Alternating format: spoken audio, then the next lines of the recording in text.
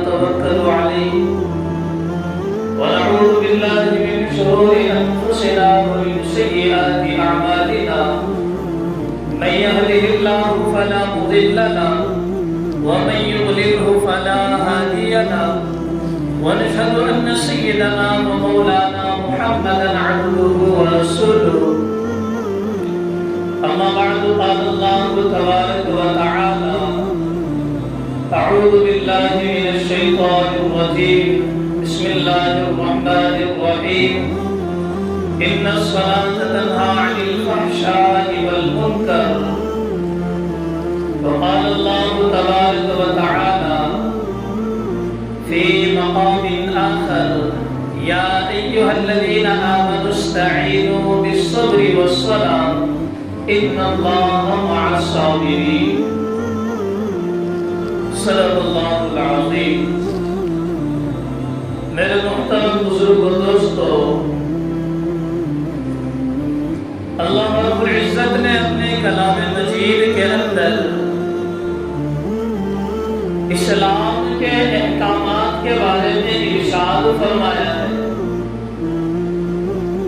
میں اور آپ یہ جانتے ہیں کہ اللہ رب العزت نے مجھ پر اور آپ پر ایک دن میں 5 نمازیں فرض فرمائی ہے۔ اس بات کو میں بھی جانتا ہوں، اس بات کو آپ بھی جانتے ہیں کہ ایک دن میں 5 نمازیں فرض فرمائی ہے اللہ رب العزت نے۔ سمجھنے کی چیز ہے کہ اسلام کی بنیاد 5 چیزوں پر ہے۔ اللہ رب العزت نے محمد عربی صلی اللہ علیہ وسلم پر یہ 5 بنیادوں کا اظہار فرمایا۔ اب اس میں اور کی بات یہ ہے کہ جتنے بھی احکامات ہیں، جیسے روزہ لے لو، زکوٰۃ لے لو، حج لے لو، یہ جتنے بھی احکامات ہیں، ان تمام احکامات کو نازل کرنے کے لیے اللہ رب العزت نے زمین کو منتخب فرمایا۔ روزے کا حکم زمین کے اوپر نازل ہوا، یا ایھا الذین آمنوا کتب علیکم الصیام، یہ روزے کا حکم زمین پر نازل ہوا، اور زکوٰۃ کا بھی حکم زمین پر نازل ہوا، اور حج کا بھی حکم زمین پر نازل ہوا۔ لیکن جب نماز اللہ رب العزت کو نازل کرنا تھا تو نماز بڑی اعلیٰ چیز ہے، محترم بھی شان چیز ہے، اور بلند چیز کو، اعلیٰ چیز کو اعلیٰ مقام پر بلا کر دی جاتی ہے۔ میرے محترم بزرگ و دوستو، جب نماز کو فرض کرنا تھا یا امت کو نماز دینی تھی تو اللہ کے رسول صلی اللہ علیہ وسلم کو عرش معلیٰ پر بلایا گیا کہ اے میرے محبوب، ہم آپ کے انتظار کے شوق میں ہیں، ہم آپ سے ملاقات کرنا چاہتے ہیں۔ تو بذریعہ جبریل علیہ السلام سے اللہ کے رسول صلی اللہ علیہ وسلم کو آسمانوں پر سفر کرایا گیا اور عرش معلیٰ کے اوپر بلا کر نماز کا تحفہ عطا کیا کہ نماز اتنی اعلیٰ چیز ہے، اتنی بلند ہے نماز۔ نماز جب بندہ پڑھتا ہے تو گویا اللہ رب العزت سے باتیں کرتا ہے۔ نماز پڑھتا ہے تو بندہ اللہ رب العزت کے سامنے کھڑا ہو کر براہ راست اللہ رب العزت سے باتیں کرتا ہے۔ کتنی بڑی اعلیٰ چیز ہے، عمدہ چیز اللہ رب العزت نے امت محمدیہ صلی اللہ علیہ وسلم کو عطا کی۔ دوسری چیز، اب نماز ہم پر فرض ہوئی، ہم سمجھتے ہیں کہ 5 نمازیں فرض ہے۔ اب کیا سمجھتے ہیں؟ 5 نمازیں فرض ہے۔ اللہ کے رسول صلی اللہ علیہ وسلم کو جب عرش معلیٰ پر بلایا گیا، 5 نمازیں نہیں دی بلکہ 50 نمازیں اللہ رب العزت نے امت کو عطا کی تھی۔ کتنی عطا کی تھی؟ 50 نمازیں عطا کی تھی۔ جب واپسی میں اللہ کے رسول صلی اللہ علیہ وسلم 50 نمازیں لے کر آ رہے تھے، راستے میں حضرت موسیٰ مل گئے، کہنے لگے کہ اللہ کے رسول کیا ملا ہے؟ تو اللہ کے رسول نے کہا کہ میری امت کے لیے 50 نمازیں دی گئی۔ حضرت موسیٰ کہتے ہیں کہ میری امت پر بھی نمازیں فرض کی تھی، میری امت پر بھی نمازیں فرض ہوئی تھی، میری امت نے نماز پڑھی. آپ کی امت پر تو 50 نمازیں فرض ہے. آپ ایسا کریں واپس جائیں اور 50 نمازوں میں سے بھی کم کر کے لے کر آئیں. روایات کے اندر آتا ہے اللہ کے رسول صلی اللہ علیہ وسلم جاتے گئے 5 نمازیں کم ہوئی, پھر گئے 5 کم ہوئی, ہوتے ہوتے 5 بج گئی. حضرت موسیٰ نے پھر کہا کیا بنا, تو کہنے لگے 45 کم ہو گئی, اب 5 بچی ہے. حضرت موسیٰ نے پھر کہا کہ آپ واپس جائیں, آپ واپس جائیں, 5 میں سے بھی کم کرا کے لے کر آئے, کیونکہ میں جانتا ہوں امت کے حالات کیسے ہیں. امت 5 نمازیں بھی نہیں پڑھے گی. میرے محترم بزرگ دوستوں, کیا صحیح کہا تھا یا غلط کہا تھا حضرت موسیٰ نے؟ اپنے سینے کے اوپر ہاتھ رکھ کر غور کریں کہ حضرت موسیٰ نے صحیح کہا تھا یا غلط کہا تھا کہ یہ امت 5 بھی نہیں پڑھے گی. اور حقیقتاً وہی ہے کہ یہ امت 5 نمازیں بھی نہیں پڑھتی وقت کے اوپر. جیسے عید کا موقع آ جاتا ہے یا کوئی اور جمعہ آ جاتا ہے تو مساجد ایسے بھر جاتی ہے جیسے صرف جمعے کی نماز فرض ہے امت محمدیہ پر, جیسے عید کی نماز بھی فرض ہے, باقی نمازیں فرض نہیں ہے. کیا باقی نمازوں کے اوپر اللہ رب العزت کے انعامات کے وعدے نہیں ہے؟ کیا باقی نمازیں اللہ رب العزت نے فرض نہیں فرمائی؟ حضرت موسیٰ نے کہا کہ یہ امت 5 بھی نہیں پڑھے گی, اور حقیقتاً ویسا ہی ہو رہا ہے کہ امت 5 نمازیں بھی نہیں پڑھ رہی. رمضان آتا ہے تو مساجد ایسی بھری پڑ جاتی ہے, ایک دوسرے کے اوپر باتیں ہونے لگتی ہے. کبھی امام کے خلاف باتیں ہوتی ہے, کبھی مؤذن کے خلاف باتیں ہوتی ہے, کبھی آپسی انتشار کے اندر پڑ جاتے ہیں. رمضان آتا ہے تو نمازی بن جاتے ہیں, اور جب رمضان ختم ہو جاتا ہے ایسے بے نمازی بن جاتے ہیں. شیطان بھی یہ کہتا ہوگا کہ یہ امت تو مجھ سے آگے چلے گئی.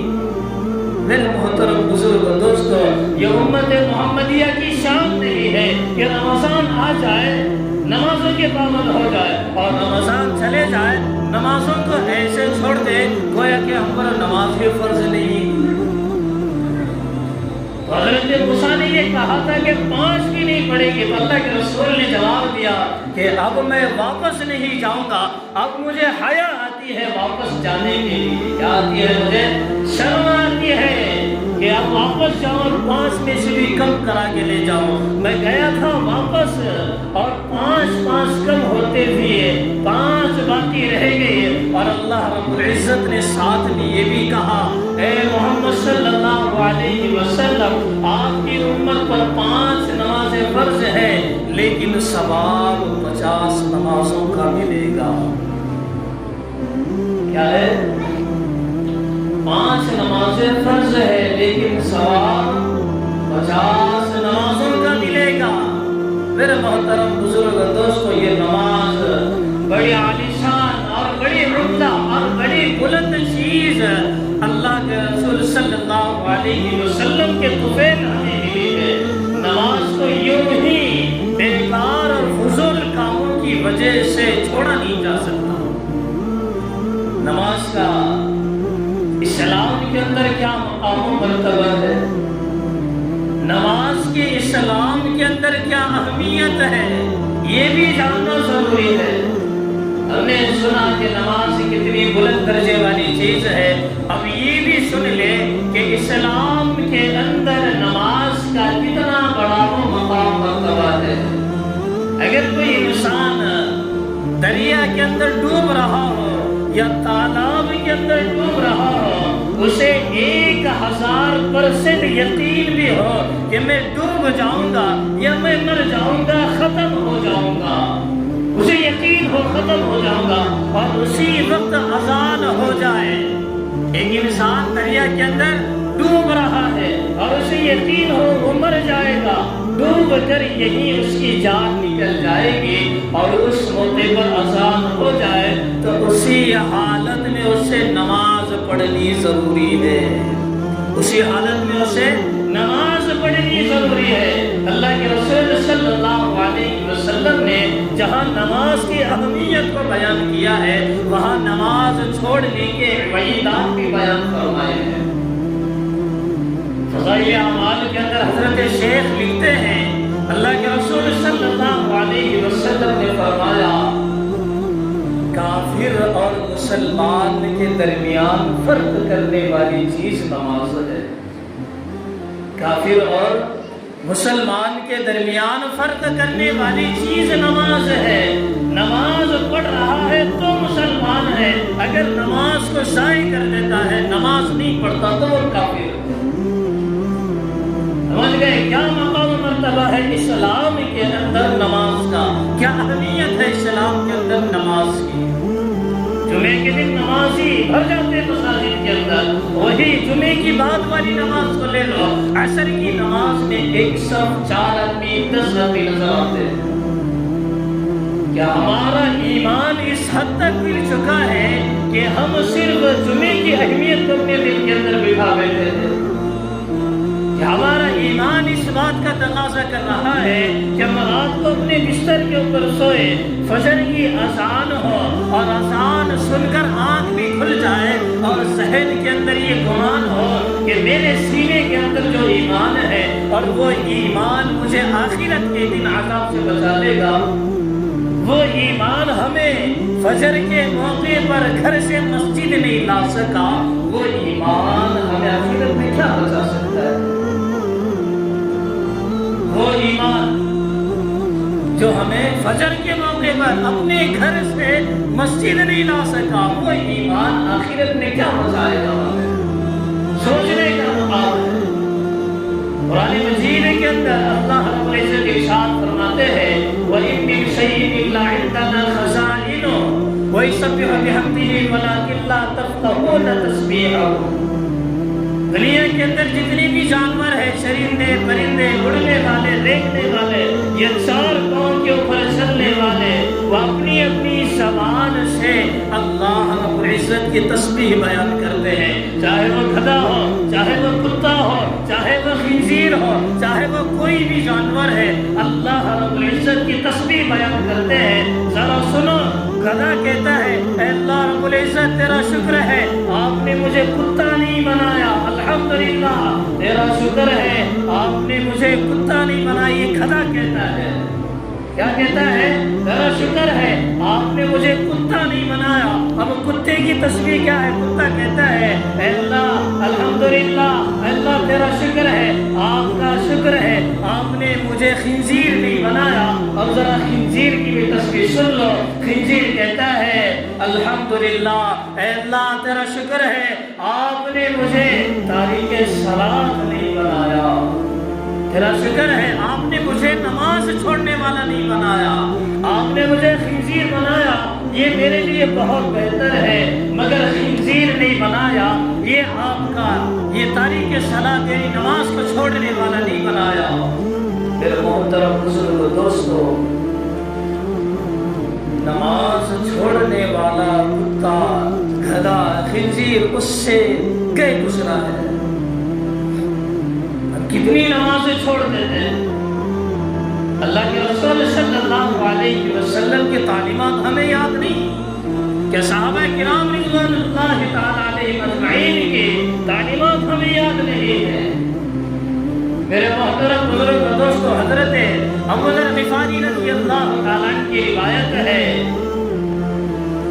کہ جو انسان اپنے گھر سے وضو کر کے آتا ہے، جو انسان اپنے گھر سے وضو کر کے آتا ہے اور مسجد آ کر 2 رکعت نفل نماز پڑھتا ہے، اس 2 رکعت کے بدلے اللہ رب العزت اس کو 1 عمرے کا ثواب عطا کرتے ہیں۔ فرض نماز کی بات نہیں ہو رہی یہاں پر، 2 رکعت نفل نماز کی بات ہو رہی ہے۔ 2 رکعت نفل نماز پڑھنے پر 1 عمرے کا ثواب اللہ رب العزت گھر سے وضو کر کے آنے پر اور مسجد میں 2 رکعت نماز پڑھنے پر عطا کرتے ہیں۔ میرے محترم بزرگ دوستو، ہم میں سے ایسے کتنے ہوں گے جن کی زندگی کے کئی نمازیں چھوڑ چکی ہوگی؟ ایک نماز اگر چھوڑ دے تو اللہ کے رسول صلی اللہ علیہ وسلم کہتے ہیں اگر کوئی انسان فجر چھوڑ دیتا ہے تو فجر چھوڑنے کے عوض میں اس کو ظہر تک اس کو مارا جاتا ہے، پیٹا جاتا ہے، ظہر تک اسے سزا دی جاتی ہے، ظہر چھوڑنے کی بنا پر عصر تک اسے مارا جاتا ہے، پیٹا جاتا ہے، اور عصر چھوڑنے کی بنا پر مغرب تک اسے مارا جاتا ہے۔ میرے محترم بزرگ دوستو، جب بندہ مر جاتا ہے قبر کے اندر اسے داخل کر دیا جاتا ہے، 3 سوالات سے اسے گزارا جاتا ہے، تو چوتھا سوال قبر کے اندر بھی ہوگا۔ ایک تو سوالات وہ ہے جو حقوق العباد بندوں کے معاملے کے حساب سے ہوں گے، بندوں کے بارے میں سوالات ہوں گے، اور دوسرے سوالات حقوق اللہ کے حق کے بارے میں اسے پوچھا جائے گا۔ تو قبر کے اندر بھی نماز کا بھی حساب ہوگا۔ قبر کے اندر یہ نہ سمجھے کہ صرف 3 سوالات کیے جائیں گے، بلکہ قبر کے اندر نماز کے بارے میں بھی پوچھا جائے گا۔ جب 3 سوالات بندہ دے چکا ہوگا تو چوتھی مرتبہ یہ پوچھا جائے گا، اس کو ایک نظارہ دکھا جائے گا کہ سورج غروب ہو رہا ہے، اسے یہ بتایا جائے گا۔ تو نمازی اگر دنیا کے اندر نماز پڑھتا رہا، 5 وقت کی نماز پڑھتا رہا، تو وہ سورج غروب ہوتے ہوئے دیکھے گا تو وہ کہے گا کہ ہٹ جاؤ، اب عصر کا وقت قریب ہو گیا ہے، مجھے عصر کی نماز پڑھنی ہے۔ جب قبر کے اندر بندہ عصر پڑھنے لگے گا تو فرشتے کہیں گے کہ نہیں، ہم تو تیرا امتحان لے رہے تھے کہ ہاں اب تو پاس ہو گیا۔ میرے محترم بزرگ دوستو، سعودی عرب کے اندر جو دارالخلافہ ہے ریاض نبی، وہاں پر ایک شخص نے اپنی لڑکی کا نکاح کسی شخص سے کرانا چاہتا تھا، تو اس شخص نے اپنے داماد سے پوچھا کہ آپ میری لڑکی کو کیا ہدیہ دینا چاہتے ہیں؟ آج کل دور چل پڑا ہے کہ لڑکا لڑکی کو ہدیہ دینے لگا ہے، پہلی رات میں وہ جو بھی معاملات ہوں گے تو وہ شخص نکاح سے پہلے سسر داماد سے پوچھتا ہے کہ آپ کیا ہدیہ دینا چاہتے ہیں؟ اب روپیوں کی بات چھوڑو، جائیداد کی بات چھوڑو، تو سسر کہنے لگا سب سے بڑا ہدیہ تو یہ ہوگا کہ آپ مجھے یہ بتائیں کہ فجر کی نماز کا وقت کب شروع ہو رہا ہے۔ سسر داماد سے کیا کہتا ہے؟ فجر کی نماز کا وقت کب شروع ہو رہا ہے۔ تو داماد تو بیچارہ خاموش ہو گیا، اسے کچھ معلوم نہیں تھا۔ تو پھر سسر نے یہ پوچھا کہ اچھا یہ بتاؤ فجر کی نماز کا وقت کب ختم ہوتا ہے، آخری وقت کب کا ہے؟ تو داماد پھر خاموش ہو گیا۔ تو سسر نے کہا جو انسان اللہ کا حق ادا نہیں کر سکا وہ میری بیٹی کا کیا حق ادا کر سکے گا؟ جس نے دولت دی، جان دیا، مال دیا، ساری چیزیں دی، آسائشیں دی، سانس لیتا ہے، اندر ڈالتا ہے، باہر نکالتا ہے، اس کی گرمی سے فائدہ اٹھاتا ہے، اس کی رات سے فائدہ اٹھاتا ہے، اور اسی کا اس نے حق ادا نہیں کیا تو میرے بیٹی کا کیا حق ادا کر سکتا ہے؟ تو اسی موقع پر اس نے نکاح توڑ دیا کہ میں اس کو اپنا داماد نہیں بنا سکتا۔ میرے محترم بزرگ و دوستو، نماز کی اتنی اہمیت ہے، اتنا بڑا مقام و مرتبہ ہے۔ ہم میں سے بعض نوجوان ایسے ہیں جن کو نماز پڑھنے کا صحیح طریقہ بھی نہیں معلوم، صحیح طریقہ نہیں معلوم۔ اگر امام کی 1 رکعت اگر ہو جائے تو کس رکن کے اندر یا کس موقع پر امام کے ساتھ ملا جائے، یہ طریقہ بھی ہمارے نوجوانوں کو نہیں معلوم۔ کس موقع پر کس طریقے سے امام کے ساتھ جو نماز چل رہی ہے، کس موقع پر امام کے ساتھ ملا جائے اور اپنی نماز کو شروع کی جائے، یہ بھی نہیں معلوم ہمارے نوجوانوں کو۔ بہت مرتبہ دیکھنے میں آتا ہے کہ امام کی پہلی رکعت ہو جاتی، جب دوسری رکعت کے رکوع میں امام جاتا ہے اور امام اٹھ جاتا ہے تو پیچھے سے لوگ آ کر رکوع کے اندر جاتے ہیں اور سلام پھیرنے کے بعد اپنی نماز کو بھی نہیں دہراتے اور یہ سمجھتے ہیں کہ وہ دوسری رکعت بھی اسے مل گئی۔ میرے محترم بزرگ دوستو، نماز کا یہی مسئلہ ہے، امام اگر رکوع سے اٹھ جائے، اگر بعد میں انسان اگر رکوع میں چلا جاتا ہے تو وہ رکعت نماز کے اندر شمار نہیں کی جائے گی، وہ رکعت نماز کے اندر شمار نہیں کی جائے گی۔ بہت سارے لوگ ہیں دیکھنے میں آتا ہے اور یہ سمجھتے ہیں کہ وہ رکعت نماز کے اندر شامل ہو گئی، نماز کو ایسے ہی پڑھ لیتے ہیں، نماز کو ایسے ہی پڑھ لیتے ہیں اور وہ نماز خراب ہو جاتی ہے، نماز قبول نہیں ہوتی، بلکہ فرض اس کے ذمہ رہ جاتا ہے، فرض ثابت نہیں ہوتا۔ میرے محترم بزرگ و دوستو، اللہ کے رسول صلی اللہ علیہ وسلم نے فرمایا مسلمان اور کافر کے درمیان نماز ہی ایک واحد چیز ہے جو مسلمان کو مسلمان سے پہچان کراتی ہے اور کافر کو